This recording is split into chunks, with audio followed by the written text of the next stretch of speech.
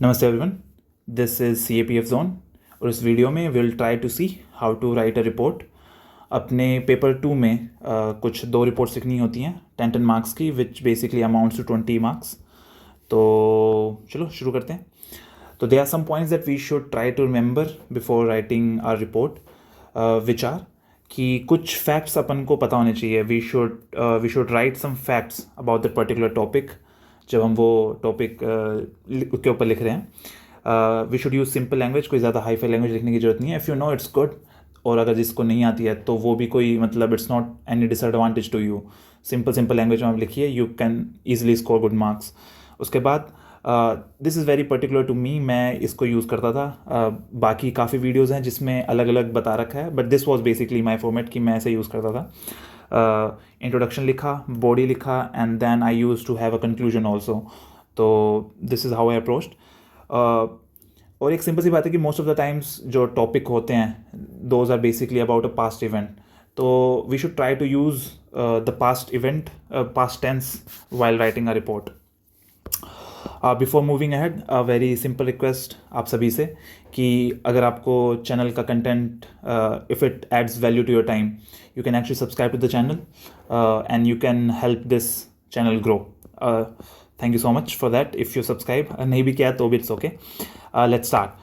So the format, कि अपना format कैसे रहता है बेसिकली। इन सारे जितने भी ये जो अपने पेपर 2 वाले पार्ट है जिसमें राइटिंग सेक्शन वगैरह है, इसमें प्रेजेंटेशन वगैरह का थोड़ा सा ज़्यादा आई वुड से इंपॉर्टेंस होती है कि आप फॉर्मेट कैसा लिख रहे हो, अच्छा लिख रहे हो, थोड़ी सी राइटिंग वगैरह समझ में आनी चाहिए। ऐसा नहीं कि हम कुछ भी गपड़ लिख के आ जाएं। तो try to give some importance to your presentation also, तो वो भी आपको कुछ मार्क्स फैक्च करने में हेल्प करेगी। For example, for this particular report writing what we should do is कि हमको जो भी रिपोर्ट लिखनी है we have to like write this particular thing in a box. तो एक बॉक्स आप ज़रूर बना के आएँ।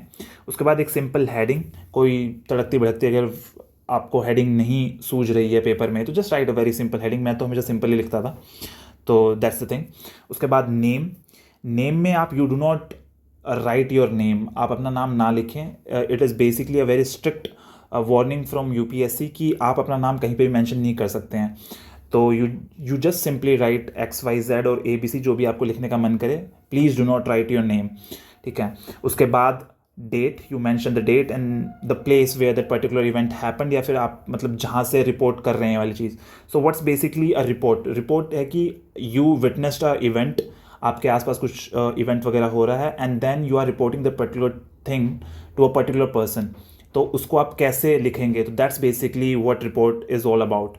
तो यही वाली चीज़ है। उसके बाद फिर आप इंट्रोडक्शन लिखेंगे, बॉडी लिखेंगे एंड कंक्लूजन लिखेंगे। कंक्लूजन का वही वाली चीज़ है कि they are many videos on YouTube जो आपको बता रहे हैं कि आपको कंक्लूजन नहीं लिखना है, विच इज़ एक्चुअली फाइन। मुझे नहीं पता कि I did not use that particular thing. मैं कंक्लूजन लिख के आता था क्योंकि अक्रॉस में जितनी सारी चीज़ें हैं, जैसे ऐसे भी है, उसमें भी I have use this particular strategy कि इंट्रोडक्शन लिखा, बॉडी लिखा, कंक्लूजन लिखा। आप जैसे भी लिख सकते हैं, इनका कोई हार्ड एंड फास्ट रूल नहीं है। Just try to focus on the presentation, अच्छा लिखें और लैंग्वेज सिंपल वगैरह लिखें, पेपर पूरा कंप्लीट करें। That's the most important thing. उसके बाद will move to the example, ठीक है, कि एक एग्जाम्पल के थ्रू मैं आपको एक्सप्लेन करता हूँ। तो सबसे पहले उठाते हैं कि भाई evidence of fellow feeling during कोविड-19 पेंडेमिक। किसी भी टॉपिक को अप्रोच कर रहे हैं, you should try to do some little bit of brainstorming कि मैं उसमें लिखने क्या वाला हूँ, क्या मेरे पास क्या मटेरियल अवेलेबल है मेरे दिमाग में उस टाइम पे। तो सबसे पहले कि what's the topic is all about, कि भाई टॉपिक क्या बोलना चाहता है, क्या पूछना चाहता है आपसे, ठीक है। तो टॉपिक बोल रहा है कि कोविड-19 पेंडेमिक हुआ, उस टाइम पे काफ़ी लोगों ने बहुत सारी दिक्कतें महसूस की, लेकिन उसके बावजूद भी देयर वर सर्टेन पीपल, ठीक है, जो आगे आए और उन्होंने लोगों की हेल्प की, ठीक है। तो उसके बारे में आपसे लिखने के लिए बोल रहा है। तो this is what basically I got from that particular topic, और मैंने उसके बारे में ये वाली चीज़ लिखी थी। तो थोड़ी सी ब्रेनस्टॉर्मिंग करते हैं, will try to understand what the topic is about, what they are asking. कि भाई मैं अपने आप से पूछ रहा हूँ, व्हाट्स ब्रेनस्टॉर्मिंग, कि मैं अपने आप से पूछता हूँ कि क्या मेरे पास ये वाली चीज़ें तैयार हैं। तो मैं वही वाली चीज़ लिख रहा हूँ यहाँ पे। फॉर एग्जाम्पल कि do I have any example from India से मेरे पास कोई एग्जाम्पल है। तो उस टाइम पे मेरे को छोटे मोटे जो भी न्यूज़पेपर वगैरह में आ रहे थे, तो उनका ही छोटे मोटे ये मैंने नोट्स वगैरह बनाए थे, तो उसी का ही है जो याद रहे, which was basically feed my Bangalore करके था, जिसमें वो डेली वेज वर्कर को फीड करते थे। उसके बाद एक एम्बुलेंस कपल का मुझे याद था, जो फ्री में एम्बुलेंस सर्विस दे रहे थे दिल्ली में, जो हॉस्पिटल में लेके जा रहे थे, और कई बार जो डेड बॉडीज़ थे उनको क्रेमेटोरियम तभी लेके जा रहे थे। और सबसे बड़ा एग्जांपल तो यार हमारे पास यही था, हेल्थ केयर वर्कर्स और मेडिकल प्रोफेशनल्स का, जो काफ़ी दिनों तक हमने मतलब न्यूज़ में सुना था कि काफ़ी दिनों तक लोग अपने घर पे नहीं जा रहे हैं। तो वो भी एक बहुत बड़ा मतलब कंट्रीब्यूशन था, और फेलो फीलिंग ही थी ये एक किस्म की। और why do we have to limit ourselves to only national level. आप खुद देखिए कि हमारे जो गवर्नमेंट थी, इंडिया की गवर्नमेंट थी, उसने एक बहुत ही खूबसूरत आई वुड से एक इनिशिएटिव था, दिस वाज बेसिकली वैक्सीन मैत्री, जिसमें उन्होंने वैक्सीन जो डेवलपिंग कंट्रीज़ थी या जो पुअर कंट्रीज़ थी जिनके पास कैपेसिटी नहीं थी खुद की वैक्सीन डेवलप करने की, उनको हेल्प किया था। तो ये भी एक फेलो फीलिंग का ही आई वुड से एग्जाम्पल था, तो ये भी आप उसको कोट कर सकते हैं। सो मैंने ट्राई किया है कि आई हैव ट्राइड कि मैं जैसा लिख के आया था वैसा कुछ लिखने की कोशिश करूं। काफ़ी सिंपल लिखा था मैंने।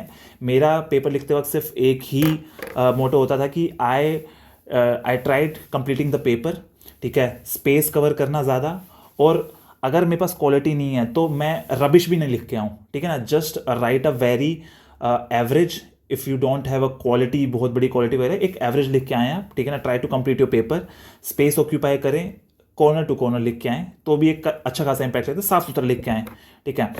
तो लेट्स स्टार्ट। तो ये मैंने हेडिंग लिखी है कि भाई फेलो फीलिंग ड्यूरिंग कोविड-19 pandemic by XYZ, this is the date and this is the place, Delhi. Simple introduction में बताया है कि मैं किसके बारे में बात करने वाला हूँ या क्या मैं ऑब्जर्व किया था उस टाइम पे, ठीक है। कि द रिसेंट कोविड-19 pandemic has affected all spheres of our life, be it social, economical और political. Though COVID-19 presented numerous challenges, but it also made us see the fellow feeling and sense of humanity among people. ये simple मैंने बताया कि what's the topic is all about, मैंने उसको simple वहाँ पे बताया और मैंने क्या चीज़ देखी।